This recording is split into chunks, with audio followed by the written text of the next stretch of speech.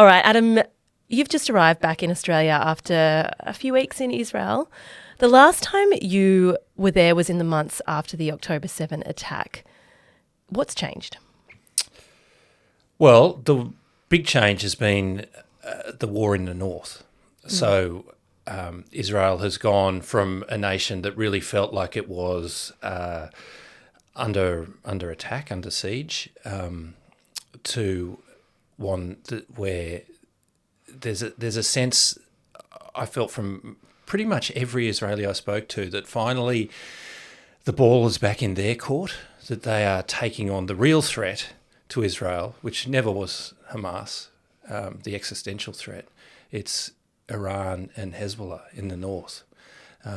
You've had this situation where you've had tens of thousands, maybe 70,000 Israelis forced out of their homes, living, who used to live along the northern border, who now are living in hotels in Jerusalem or with family or in accommodation by the Dead Sea because of the constant missile fire that was coming over the northern border. So effectively, Israel had lost territory following the start of the war in Gaza following October 7 because Hezbollah started firing rockets at these northern communities in kind of support of Hamas and what was going on in Gaza.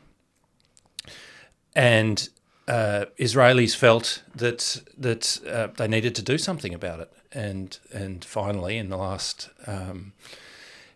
month or so, they have, and they've started firing back. There was a pager attack a couple of weeks ago where 1,800 pages that had been, it turned out, supplied by Israel to Hezbollah blew up simultaneously. The next day, you had hundreds of walkie-talkies exploded, a very targeted, precise operation that had been years in the making. And then we saw Israeli airstrikes expand in southern Lebanon, and now in the last 10 days or so, the Israeli ground invasion into northern Lebanon to try and push Hezbollah away from the border. So that's been the big shift. A nation on the defence to a nation on the attack, I think. And is that, I mean, you spoke a little bit when we spoke in April about the mood being one of sorrow, one of fear in Israel. Is there a mood shift along with that change in perspective? And can you talk to that a little bit? Yeah, it's funny, isn't it? Because really the threat is greater now. The attacks are constant. The rocket attacks are nightly, certainly on northern Israel, and they're even spreading down to the centre of the country, to Tel Aviv. But there is this sense, this national mood that finally Israel is doing what's necessary, and that's attacking the enemy to the north. And yeah, like you said, there was this heavy kind of feel when I was there last November and December after the October 7 attacks, when Israelis felt that this terrible tragedy, and in fact, it wasn't just that they felt it; it was a terrible tragedy. The attacks on the communities around Gaza, the murders and the kidnappings had happened, and that heavy mood has kind of lifted a little bit. And there's a sense of purpose, I think, from a lot of Israelis that they're doing something, and there is a feeling that Israel will strike back against Iran as well now, because we've had the missile strikes come in from Iran to Israel, and the Prime Minister Benjamin Netanyahu said he will retaliate. And undoubtedly that will happen. We don't know in what form, whether it'll be some sort of missile strike against an Iranian nuclear facility or a military base. But then there'll be another cycle of escalation. Iran has said it will respond to that. So who knows where that'll lead. What is interesting, I guess, is that, and I mean, look, just looking locally, what's happened over the weekend, so many out in the streets protesting against particularly the approach that Israel has had towards Gaza and now Lebanon. Many listening, potentially, and many people are grappling with this idea, this positioning that Israel is under attack. It says, a lot of people saying that Israel's brought this on itself. How is that message being received by the people of Israel? Like, how much attention are they paying to those protests around the world? Well, I think there is a lot of attention to those protests. They feel that a lot of Israelis, because it's a diverse country and there's a diversity of views, of course. A lot of people feel that the world doesn't understand the position that Israel is in, the fact that it's surrounded by countries that are determined to destroy it, and the notion of some sort of river to the sea Palestinian state means the end of Israel and the eviction of Israelis, and they see that as monumentally unfair, and but it's also worth pointing out that the kind of coverage we see in Australia, which is really Gaza focused, or has been for the last 12 months, the terrible civilian toll of the war in Gaza, the refugee crisis, the shifting of civilians from place to place to place. I mean, some of the people I've spoken to in Gaza have moved 4 or 5 times in that 12 months. That's not the coverage you see in Israel. It's war coverage that they're watching. They're watching Israeli journalists go on embeds inside Gaza, speaking to the Israeli commanders. The focus is on the death toll amongst Israeli troops. And now, over the last few weeks, it's all been back on October 7 as well, as a reminder of how all this started, which was a Hamas attack on Israel, an unprovoked Hamas attack on Israel, the Israelis say, that resulted in the deaths of 1,200 people. We talked about Gaza last time and the inability to cover it in the way that you would like to. You can't get into Gaza. You can't go in without the IDF. Is that still the case? I assume that's still the case. And what was your experience of trying to get stories out of Gaza this time around? I've spoken to people in Gaza constantly over the last 12 months. You can telephone people in Gaza and speak to people on WhatsApp, but it's communications are limited. Generally, we'll engage a fixer to go in and interview people and film them and send back vision. But it's difficult. People have got in on very limited embeds. CNN went in. Clarissa Ward, I noticed, went in to report from a hospital, but she was only there for about 2 hours. I think the Australian newspaper has got in for a couple of hours. You go in on a Israeli vehicle, interview some Israeli troops and commanders, and then you're driven out. So it's pretty limited. It's of limited value, but it's possible to go in after a lot of negotiations with the Israelis. But you'll only be able to speak to Israelis, so you're not allowed to talk to Gazans. I guess my question then is: are you confident as a journalist that the information that we're getting about Gaza and about Israel is can be trusted and is fair? Yeah, well, we as I said, we speak to people from Gaza all the time.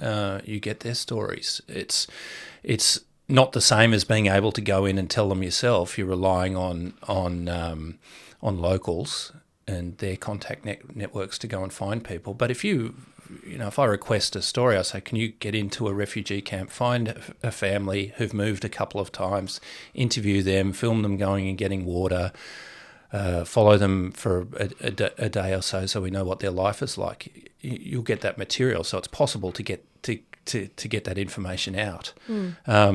It's not a completely closed enclave in that sense. Yeah. You can't get in, they can't get out mostly. But you can get information out. You actually, though, we went to Israel this time around to specifically cover the October 7 attacks with a specific focus on, and I want to talk, it's funny how you touched on earlier this new mood, I guess, and a potential rise in popularity for Benjamin Netanyahu because of his response to Hezbollah and because of how he's responding to Iran, but still a lot of anger at the government and at the IDF for the lack of response on October 7. Yeah.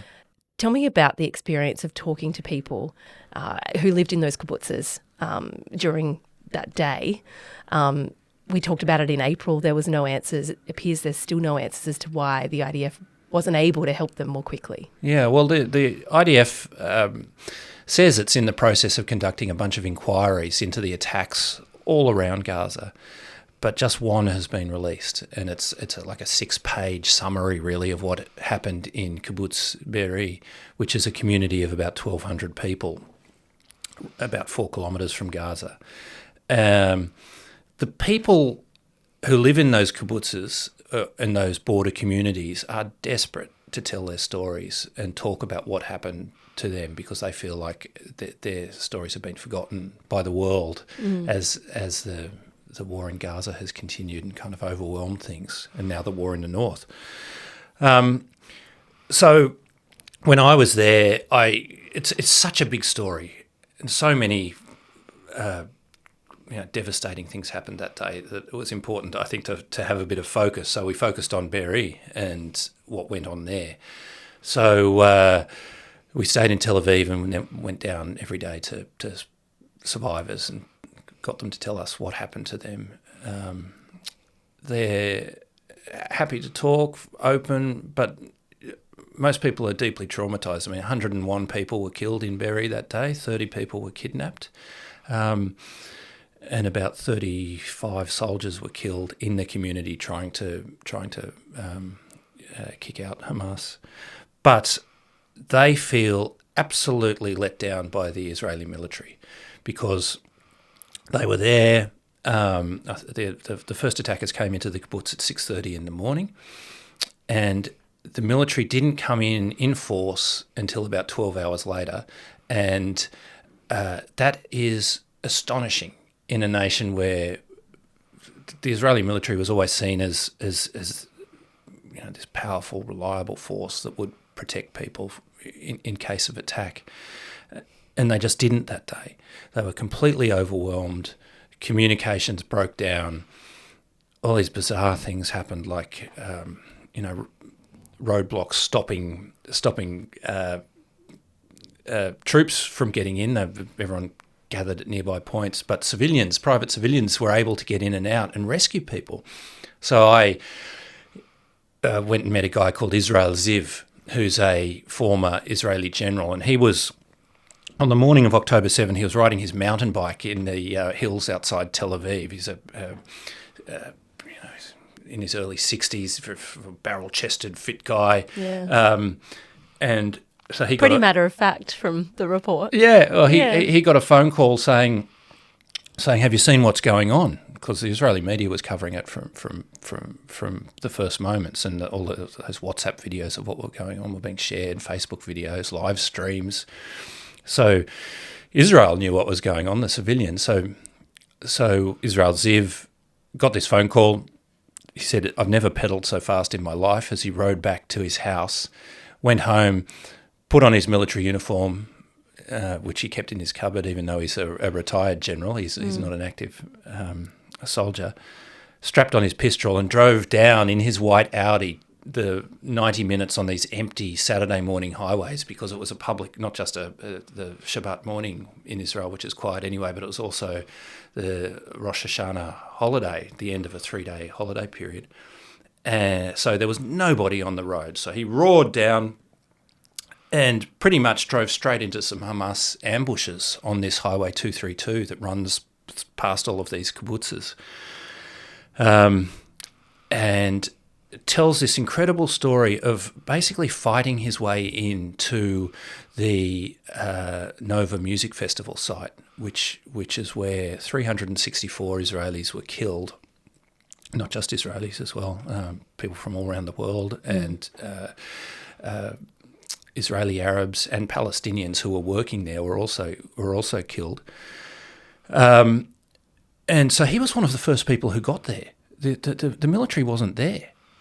The police weren't there. There were some police who were guarding the site, private security during the event, but they were killed straight away. So Israel Ziv turns up, and he said he just went from body to body to body, trying to find someone who was alive, and he reckons he probably touched about 60 bodies, shaking people, trying to work out if someone was injured or pretending to be dead. And then he decided to go to kibbutz Beirut when he couldn't find anyone who was alive, and in the early evening, so about 6 p.m. This is 12 hours after the first Hamas attackers had entered the kibbutz. He got to the gates and found a lot of troops waiting outside, and they weren't doing anything. Israeli troops. Troops, yeah. They hadn't gone in force. He went up to the commander and said, "Hi, I'm here to help. Any help you want, I can give you." And the commander said, "Oh, we're preparing to go in." Then after 10 or 15 minutes, nothing had happened. So I went up to him again and said, "Okay, what are you doing? There's people dying in there. We know from WhatsApp calls and phone calls from family that people are hiding in their safe rooms, and terrorists are going from room to room, shooting people and kidnapping them." And the general said, or the commanding officer said, "We're give me a minute. I'm still preparing our response." And so this happened again. So he watched this kind of inept, slow response. And eventually they did go in, as even a couple of other people were nagging this commander. And when they went in, they just went in as kind of individual hostage rescue missions. So the troops, even though there were something in the order of 500 troops outside the kibbutz gates, they'd just send a squad in at a time to go to a house where they knew there were people, and they'd pull those people out and bring them back. And Ziv said he was sitting there watching these squads come back with a couple of wounded soldiers and then carrying some civilians or walking with civilians. He said it was just the totally wrong approach to take. They didn't realise, and this happened right across Israel that day, they didn't realise they were at war. They thought they were dealing with isolated groups of terrorists. And the context on that is that there was, and I think this is, in some ways what we don't appreciate, there were 30 breaches of the border, as I understand, something like 30. They blew the fence in 29 different places, and then they attacked more than 50 individual locations, which so I think military bases as well. We had a real focus on that, the music festival, of course, but I think your report and others that have come out a year on really clearly demonstrates just how big this was. And there's still no answers as to why they responded the way they did. No, there's just this one limited report, which has generalities in it. It says the reason that the response was so slow was that there were so many different attacks in so many places, and the lines of communication were poor. And they do acknowledge that troops were waiting outside, certainly Beirut and probably other places, without going in, and that army units were concentrating on defending their own positions rather than going in and assisting in these places where civilians were still hiding. There were still people in the bushes at Nova. There were still terrorists wandering around, killing people at will. There was still kidnappings going on. I guess the other thing I didn't appreciate as well is that then there was people crossing the border to, raid homes and take things. And the mob followed the attackers. The first wave of Hamas came in and they were, pretty readily identifiable with uniforms and weapons. And then there was a larger group of people that came in, and that second wave is responsible for some of the worst atrocities.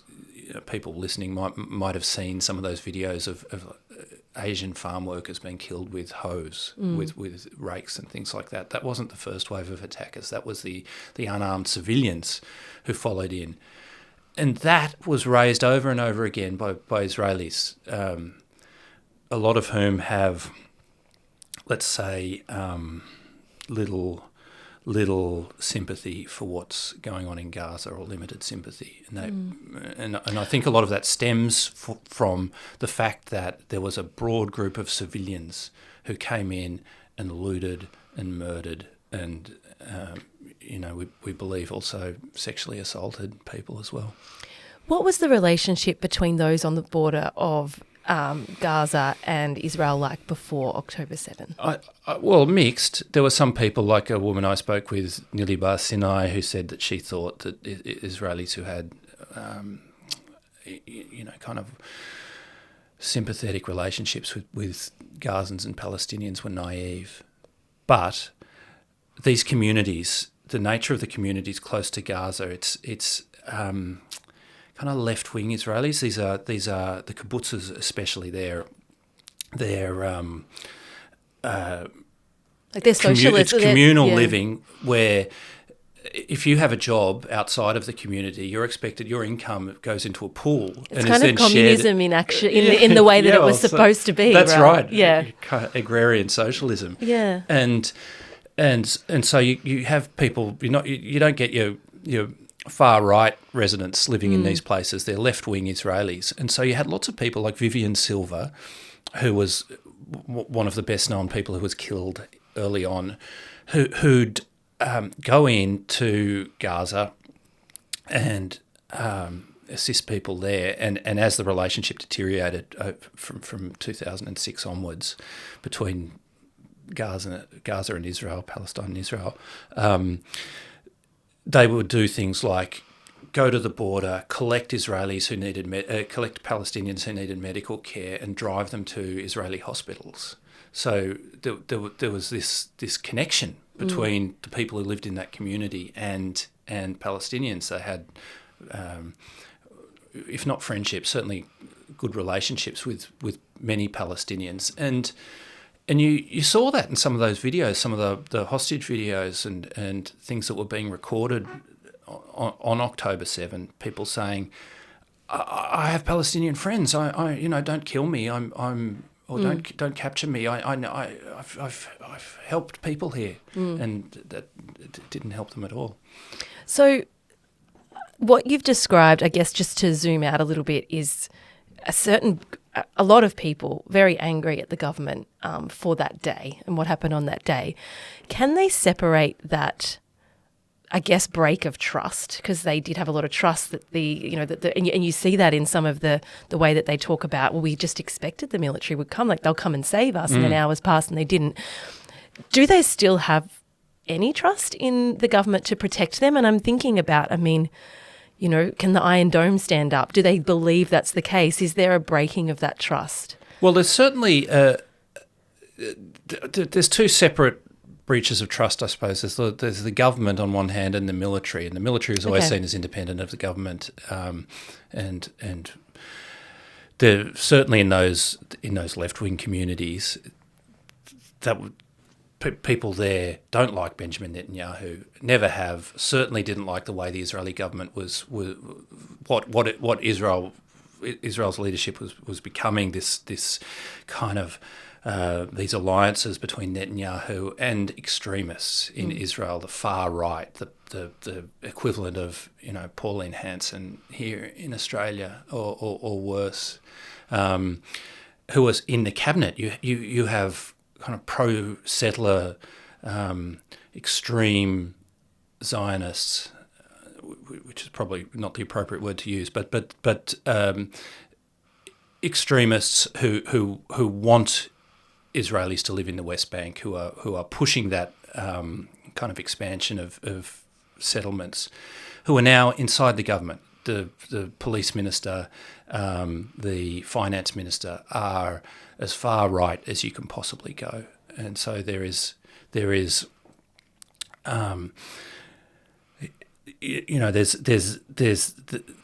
those two issues. There's the army, and then there's the government, and both. There was a loss of faith in the government, I think, a long time ago from a big proportion of the Israeli public, but it was this failure of the army that really shocked people. It's interesting, that separation. Just to my question, I guess, more broadly, let's zoom way out of that progressive left-leaning kibbutz communities and just talk about Israel more broadly. If they're being attacked by Iran, by Hezbollah, by Hamas, potentially by others, can it stand up? Do they feel safe? Does it feel safe there? I think Israel has faith that its military can deal with those missile attacks with Hezbollah, with Hamas, and with Iran. Yeah. Okay. I think most people feel like America will come to its aid as well if Iran attacks in force. Whether we've seen this situation over the last 12 months where most of the missiles that have come into Israel have been knocked down by the Iron Dome system. And when I was there, it was amazing. I was going for a walk one morning in Tel Aviv, which is a long way from the northern border, and the rocket alarms went off and everyone started running. I thought, is this normal? What do I do? So I just poked my head into a 7-Eleven, sort of stood out of the way, and I just looked up and saw this little puff of smoke in the sky where a missile had been knocked out by the Iron Dome. It turned out that missile had come from Yemen, from the Houthis.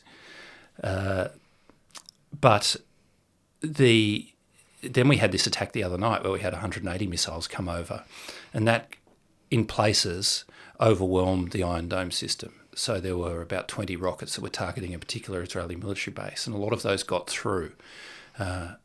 It's a good system, but it's not. It has its limitations, certainly against the faster cruise missiles and missiles in great numbers. There's just not enough time to try and knock all of those out. The slower ones that were coming from Gaza and from Lebanon, it can deal with. So, it can certainly get worse for Israel. You spent a good portion of your time as a foreign correspondent out of Beirut. We talked about that when you came in April, and I encourage people to listen to. Your love of Beirut was very real, and you spoke about it very fondly. You also clearly articulated, I think, what a melting pot it is. I think you said some 18 religions. Maybe melting pot's the wrong word, because I'm not sure how much everyone mixes. Would that be fair to say? Yeah, I mean, maybe in the bars in Jamaica you might get a bit of a mix amongst the young community or the nightclubs. But yeah, the communities are quite separate. I mean, we see now that there's 1 million people displaced on that southern border with Israel. Over 1,000 killed at this point. We see Australians evacuating. How critical is it that Australians get out? How do you see that shaking out for people there? Oh, I think it's going to get worse. I don't think Israel is going to move out of the south for a long time. They're talking about just limited raids, limited incursions, but there's a river that runs about 10 kilometres north of the border called the Litani River, and Israel's aim, I think, is to clear most people out of that zone in the south. So all of those people are being pushed north and are heading up to Beirut. There's some big cities down there, Sidon and Tyre, ancient cities, biblical places that are famed for their crusader castles, and amazing, seaside towns with incredible history that are being emptied as we speak, and then north of the Litani River. So I don't think anyone will be going back anytime soon. The airstrikes at the moment are mostly on the Dahir, which are the Shia suburbs in Lebanon south. In Beirut south. But Beirut is a small city, geographically small. It's much smaller than Sydney.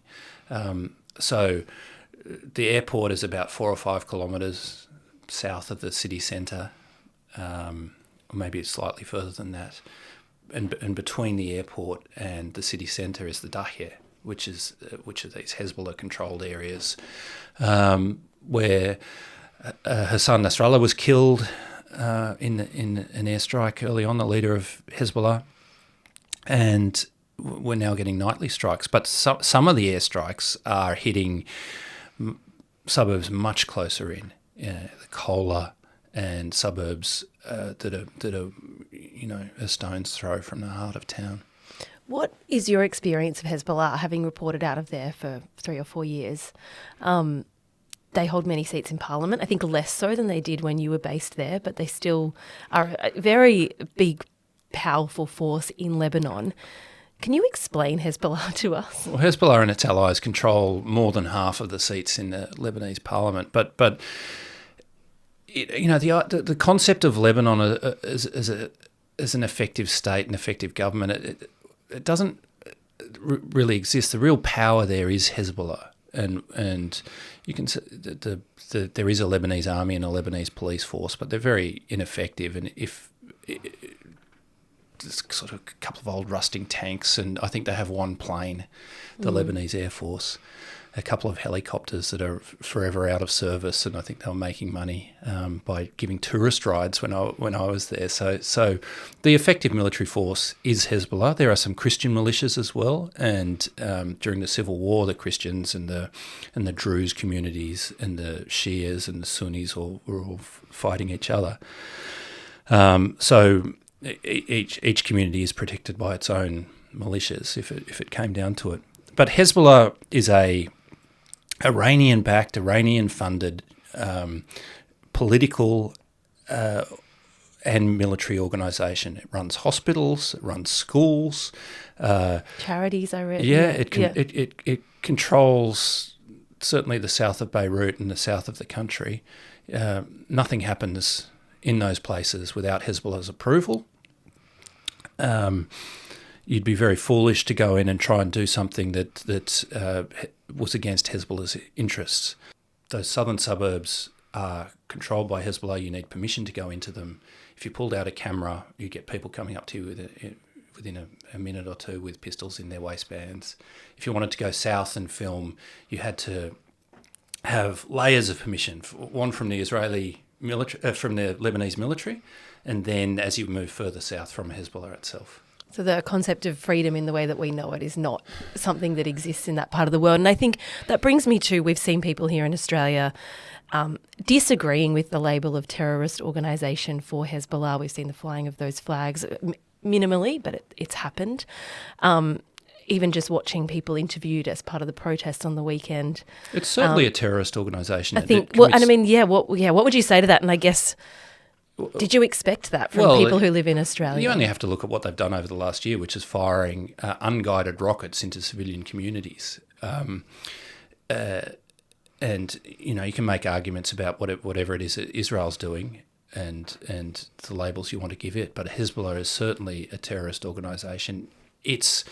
In its various iterations over the years, it's been responsible for bombings, for the Marine barracks bombing in Israel in 1983. I think it was called Islamic Jihad back then, not Hezbollah. It's really the organisation that is responsible most for the survival of Assad in Syria, because when the Syrian rebels were... Assad being the leader of the Syrian regime. That's right. Who really is one of the world's most atrocious dictators. He's allied with Iran.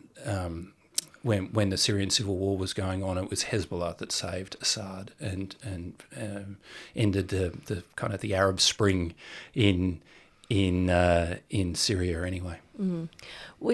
I guess on the other side, so there are obviously those people here in Australia and around the world that disagree with everything you've just said. But on the flip side, there's many people who are saying, look, Israel's fighting for all of us. They're fighting for the West. Would that be your characterisation of what's happening?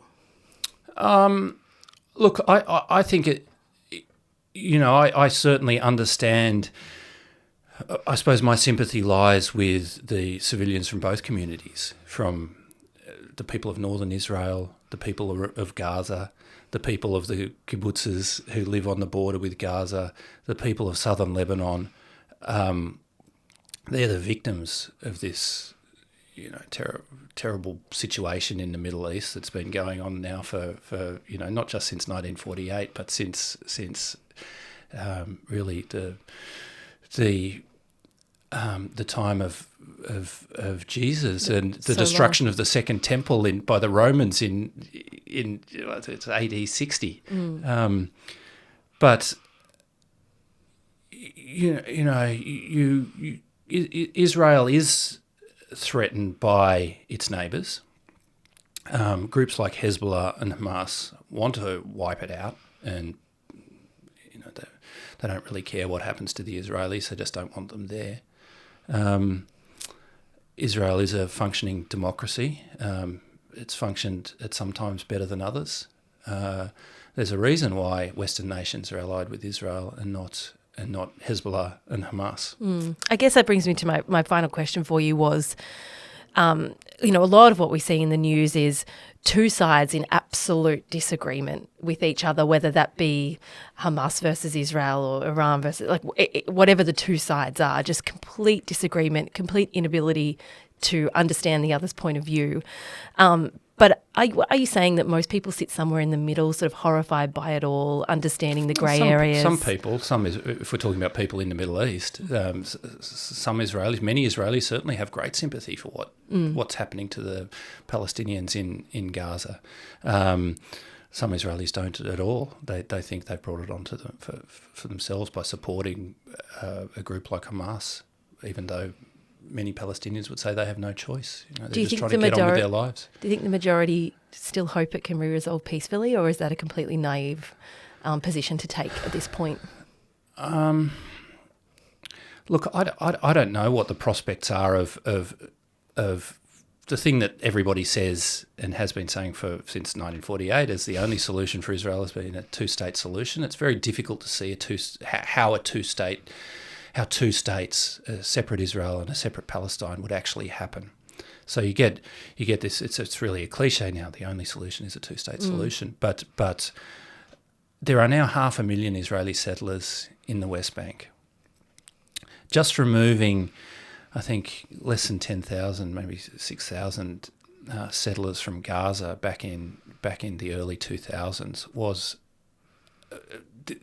led to this enormous schism and Israel tearing itself apart, really, and the removal of those settlers and the return of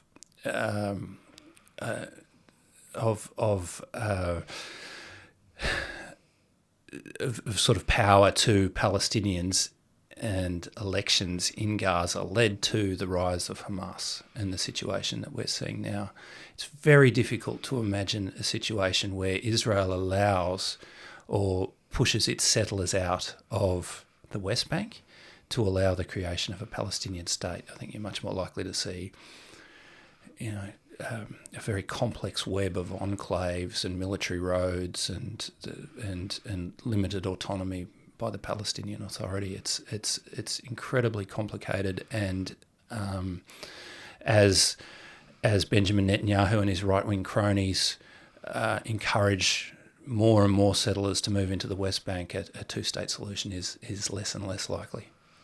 Would you say, just to finish, that Benjamin Netanyahu, as I sort of alluded to before, has rising popularity? He does, yeah. He was dead man walking, I think, for the first months after. I think you might have actually said that when we spoke in April. You said that support for him is waning. Yeah. But is that he's turned that around? Yeah. In Well, his response? As the war's gone on and a level of faith has been restored, I think, in the Israeli military, a degree of faith as they've become more and more effective in Gaza anyway. His popularity has grown. His likely successor 10 months ago was a guy called Benny Gantz, who has turned out to be a terrible politician. He's a former general, but people held out great hope that he would be the person who would be able to stand up to Netanyahu and eventually bring together a coalition, but of other politicians that would allow him to form a government. But that hasn't happened, and really Netanyahu is a much better politician, a smarter politician, and his alliances have become stronger to the point where he may not need those right-wing people for much longer. But Netanyahu isn't finished. Adam, thanks. Really appreciate it.